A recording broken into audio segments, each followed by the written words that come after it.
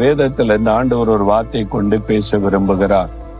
நீதிமொழிகள் 3ஆம் அதிகாரம் 26வது வசனம், கர்த்தர் உன் நம்பிக்கையாயிருந்து உன் கால் சிக்கிக் கொள்ளாதபடி காப்பார். கர்த்தர் உன்னை காப்பார். ஆண்டவர் உங்களை காப்பேன் என்று வாக்கு கொடுத்திருக்கிறார். நான் உங்களை பாதுகாக்கிற தேவன். உங்களுடைய ஆத்மாவை நான் பாதுகாப்பேன், போக்கையும் மரத்தையும் நான் காப்பேன். உங்களை காக்கிற தேவன் தூங்குவதுமில்லை உறங்குவதுமில்லை என்று வாக்கு கொடுத்திருக்கிறார். கர்த்தர் உங்களை காப்பார். எந்த சூழ்நிலையிலும் உங்களை பாதுகாக்கக்கூடிய வல்லமை அவருக்கு உண்டு. நீங்கள் வசிக்கிற சூழ்நிலை, ஊழியம் செய்கிற சூழ்நிலையில உங்களை பயமுறுத்தக்கூடிய ஏதோ ஒரு காரியம் இப்ப நடந்து கொண்டிருக்கலாம். அதுல உங்களை பாதுகாக்க தேவன் வல்லவர். எதுல ஆண்டவர் பாதுகாக்கிறாராம்? உன் கால் சிக்கிக் கொள்ளாதபடி கர்த்தர் உங்களை பாதுகாப்பாராம். அப்போ நம்முடைய சிக்க வைப்பதற்கு இந்த உலகத்துல ஒரு காரியம் இருக்கிறது. அது யாருன்னா எதிராளியாகிய சாத்தான்.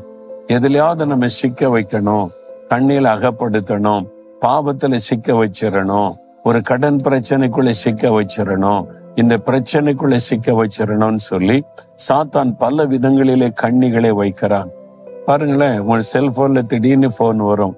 யார் அப்படின்னு கேட்டா, உங்களுக்கு 2 லட்சம் ரூபாய் கடன் கொடுக்கறதுக்கு நாங்க ஆயத்தமா இருக்கிறோம். அதாவது உங்களை கடன்காரனாய் மாற்றுவதற்கு நிறைய பேர் ஆயத்தமா இருக்கிறாங்க.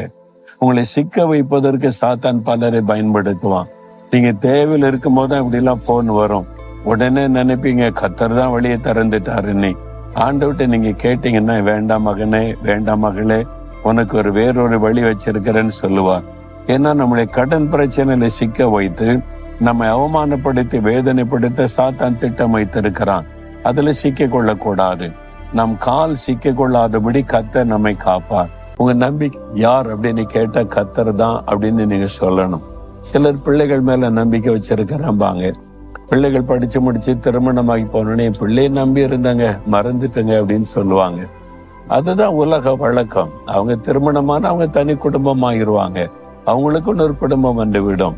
அதனால உங்க நம்பிக்கை முழுவதையும் கர்த்தர் மேல வச்சு, அவர் தான் நான் நம்பிக்கை, ஆண்டவர் உங்களை நம்பித்தான் நான் வாழுகிறேன், நீங்க தான் எனக்கு நம்பிக்கைன்னு சொல்லி அவரை துதிங்க.